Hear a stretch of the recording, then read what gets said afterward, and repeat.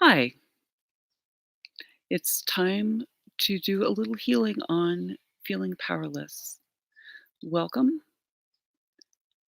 All you need to do is basically be in a comfortable place and be receptive to take part in this healing. And there are some other things you can do, which I'll explain a bit later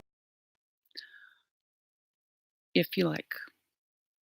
So, I want to talk just a little bit about feeling powerless because I think it is really good to be aware that there are a lot of things in our world that are aimed at making us feel powerless.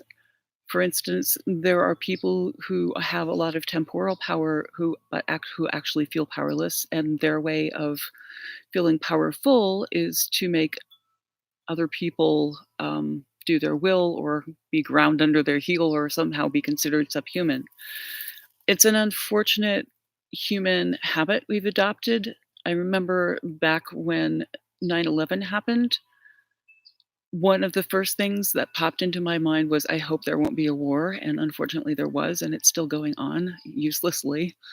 Uh, but the other thing was to look at myself and to say, "Okay, what in me is something that promotes war, is warlike?" And what came to me was this: it's that kind of automatic, programmed in way we have of categorizing people when we meet them. We might meet them, you know, if, for instance, I used to work at a cash register, and when people would come up to the cash register, there was this part of me which, without my knowledge and without my will, would kind of categorize whether I was, above them or they were above me. For instance, if you're a person who's conscious about your weight and somebody is very slender, then you might categorize yourself as being less than. So that would be sort of, an opting for powerlessness. But also, so is trying to get power by changing the outside of your life without changing the inside of your life. And that is also something that we're often very well trained to do. It's sort of like, well, if you want to bring your life up, you dress well, you get a good job, you get a good education, or whatever it is. And I'm not saying that those things aren't important and that they don't have a huge effect on our state of being. But I am saying that if you do all that and you get the, prize job and the prize family and the prize house and the prize everything, you're still going to want more if you don't really feel powerful inside. And this healing is also dedicated to people who do feel powerless from outside things. I'm continuing to dedicate these healings to the immigration concentration camps, which are so horribly within my country's borders. That is because I have felt powerless, and this is something that I can do. I don't know how big an effect it has, but I know it has an effect. And I also know that if you join in with me, if you wish to focus on the immigration camps and just hold them gently in your mind while this healing is going on, you can contribute to that. And yes, that is true, even if you're watching the recording. Now, I know that this kind of healing work has physical effects because I have been able to do things like help somebody be less self-conscious about speaking in public from just an email and a name. And I got an email back from him saying, it was helpful. So that was a physical effect from long distance.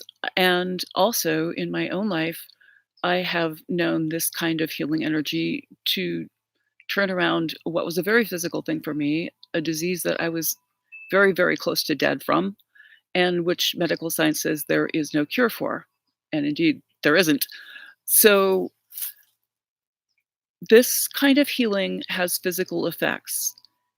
And you don't necessarily have to believe that to do it, but I would suggest experiment with it. And if you feel good changes in yourself, then continue on experimenting with it. This healing, you can since it's gonna be recorded, you can come back to it, and you could use it for whatever you like. If you yourself are feeling powerless, then this is a really good place to come to, I'm sorry. And if you would like to donate this healing, you might say, to somebody who is feeling powerless, then this is also a good place to come and do that. Okay, so that's enough talk. I'm going to go into the silent healing and just relax, be in a comfortable place, be receptive. Gently hold your attention on whichever thing you choose. And by gently, I mean, don't get all emotional and worked up about it. That actually does not help. That actually makes it more difficult to heal. I know that goes against what a lot of people say, but it's true. So just gently hold in your mind the sensation, thought, feeling, vision, whatever you're geared toward, of what you would like to heal from feeling powerless. And here we go.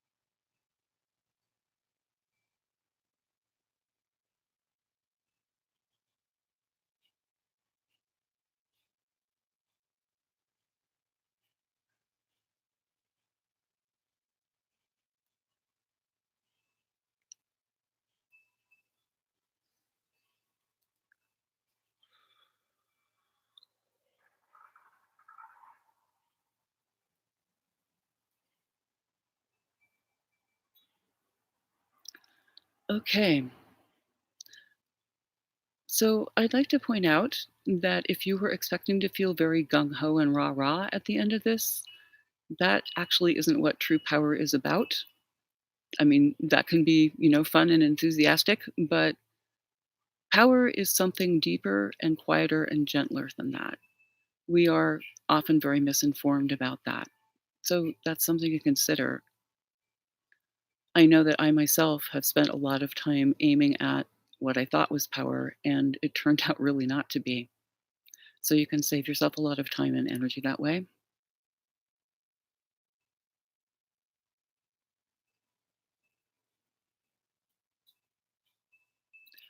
There was something else that came up in this healing that I wanted to speak to, and that is that power is something that's really all around us in everything, or nothing would exist. Consider this: the latest scientific model of an atom is that it is way, way more space, which would be dark matter or dark energy, than it is matter. Like about the proportion of a pinhead of matter in a football field, something like that, or maybe even a bigger proportion, but my mind honestly doesn't grasp that kind of stuff. So, what that means is that atoms are the basis of molecules, right? And molecules are the basis of all matter, right? So, if that's the case, then what's holding us together as matter? What's holding everything in the world together as matter?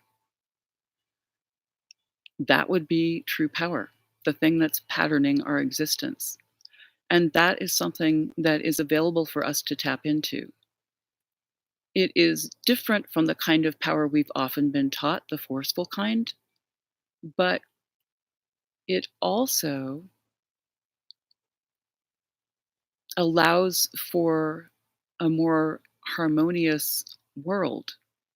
Because if you look around you, there's actually a lot more cooperation happening than competition.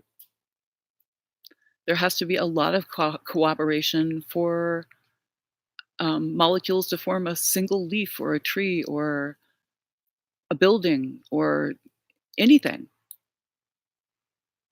So consider how powerful that is. Consider what the world would be like if we were more focused on that kind of power than the fake power, which is really just a grab for something to fill the hole of our emptiness. And consider what the world would be like if you yourself started using just a little bit more of that kind of power.